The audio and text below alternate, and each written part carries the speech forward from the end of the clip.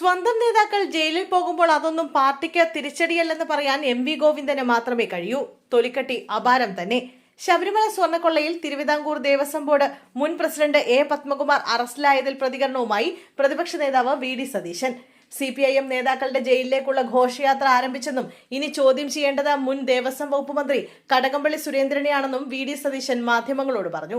സ്വർണ്ണക്കൊള്ളയിൽ ഉണ്ണികൃഷ്ണൻ പോറ്റി മാത്രമാണ് ഉത്തരവാദിയെന്ന തരത്തിലാണ് മുമ്പ് CPIM നേതാക്കൾ പ്രതികരിച്ചിരുന്നതെന്ന് പ്രതിപക്ഷ നേതാവ് ചൂണ്ടിക്കാട്ടി.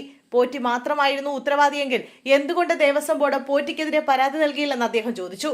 പോറ്റി കുടുങ്ങിയാൽ പലരും കുടുങ്ങുമെന്ന് CPM-ന് അറിയാമായിരുന്നു.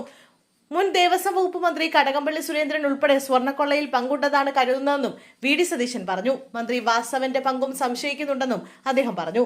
CPIM-ന്റെ അറിവോടുകൂടിയാണ് കൊള്ള നടന്നത്. സ്വന്തം നേതാക്കൾ ജയിലിലേക്ക് പോകുമ്പോൾ പാർട്ടിക്ക് തിരിച്ചടിയല്ല എന്ന് പറയാൻ എം.വി. ഗോവിന്ദന് മാത്രമേ കഴിയൂ എന്നും ഗോവിന്ദന്റെ തൊലിക്കട്ടി അപാരമാണെന്നും അദ്ദേഹം പരിഹസിച്ചു. ശബരിമല സ്വർണ്ണക്കൊള്ളയിൽ 2 മുൻ ദേവസ്വം അധ്യക്ഷന്മാർ അറസ്റ്റിലായത് CPM-ന് കനത്ത തിരിച്ചടിയാണ് ഉണ്ടാക്കിയിരിക്കുന്നത്. കഴിഞ്ഞ തദ്ദേശ തെരഞ്ഞെടുപ്പ് കാലത്ത് യുവതീ പ്രവേശനവുമായി ബന്ധപ്പെട്ടുണ്ടായ വിവാദങ്ങൾ സർക്കാരിനെയും പാർട്ടിയെയും പ്രതിസന്ധിയിലാക്കിയിരുന്നു. ഇത്തവണ എല്ലാ വിവാദങ്ങളും അവസാനിപ്പിച്ച് വിശ്വാസി സമൂഹത്തോടൊപ്പമാണ് സർക്കാരും പാർട്ടിയെന്ന് പരസ്യമായി പ്രഖ്യാപിച്ച് തെരഞ്ഞെടുപ്പിലേക്ക് നീങ്ങിയ ഇടതുപക്ഷത്തിന് സ്വർണ്ണക്കവർച്ച കേസ് വലിയ ആഘാതമാണ് ഉണ്ടാക്കിയത്. ഏത് ഉന്നതനായാലും മുഖം നോക്കാതെ നടപടി ഉണ്ടാവുമെന്ന് ദേവസ്വം വകുപ്പ് മുഖ്യമന്ത്രിയും പാർട്ടി സെക്രട്ടറിയും നിലപാട് സ്വീകരിച്ചെങ്കിലും അറസ്റ്റ് കടുത്ത ക്ഷീണമാണ് ഉണ്ടാക്കിയിരിക്കുന്നതെന്നാണ് നേതാക്കൾ വിലയിരുത്തുന്നത്.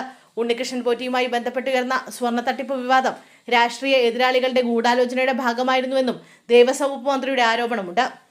പമ്പയിൽ നടന്ന ആഗോള അയ്യപ്പ സംഗമത്തെ കരിതേച്ച് കാണിക്കാനുള്ള ശ്രമമാണ് പ്രതിപക്ഷം നടത്തുന്നതെന്നായിരുന്നു ആരോപണം. എന്നാൽ ഹൈക്കോടതി പ്രത്യേക അന്വേഷണ സംഘത്തെ അന്വേഷണ ചുമതല ഏൽപ്പിച്ചതോടെ ശബരിമല സ്വർണ്ണക്കൊള്ളയുമായി ബന്ധപ്പെട്ട ഗൂഢാലോചനകൾ പുറത്തുവരികയായിരുന്നു.